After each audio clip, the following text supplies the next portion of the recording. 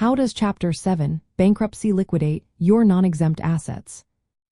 Imagine a fresh start from overwhelming debt.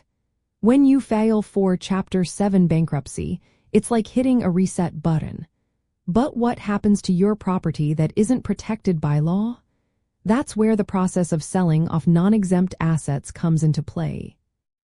When you ask the court to help wipe out your debts, a trustee is appointed to oversee your case. Their main job is to look at your list of property and see which items are protected by exemptions. These exemptions vary by state but often include things like a certain amount of equity in your home, a modest car, basic household goods, and tools needed for your job. Anything outside these protected categories is considered non-exempt. Non-exempt assets are not safe from the trustee. If you own a second car, expensive jewelry, investment accounts, or a vacation home that exceeds exemption limits, these are likely to be sold. The trustee might sell these assets at auction or through private sales. The goal is to turn these items into cash to pay your creditors. The process begins once you file your bankruptcy petition. The trustee reviews your property list and determines which assets are non-exempt. They then take control of those assets. For example, if you own a second vehicle worth more than the exemption limit, the trustee can sell it. The proceeds from the sale are then used to pay your debts.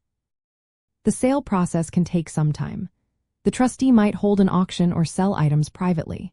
They can also collect money owed to you, like unpaid wages or money from legal claims, if those can benefit your creditors.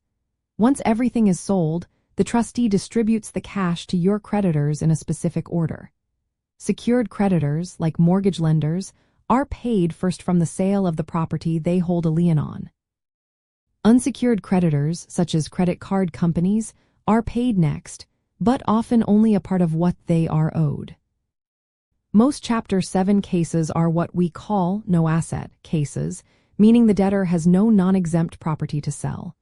In those cases, creditors get nothing, and the debtor keeps all their property.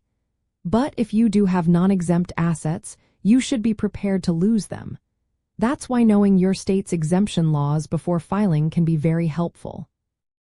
If you own significant non-exempt property, you might want to consider other options like Chapter 13 bankruptcy, which allows you to keep your property while paying off debts over time.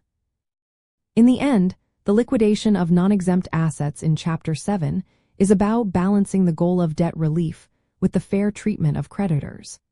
The process ensures that assets not protected by law are sold to help pay off debts, giving you a fresh start while respecting the rights of those owed money. Understanding what property can be sold and what you get to keep is key to making informed decisions about bankruptcy.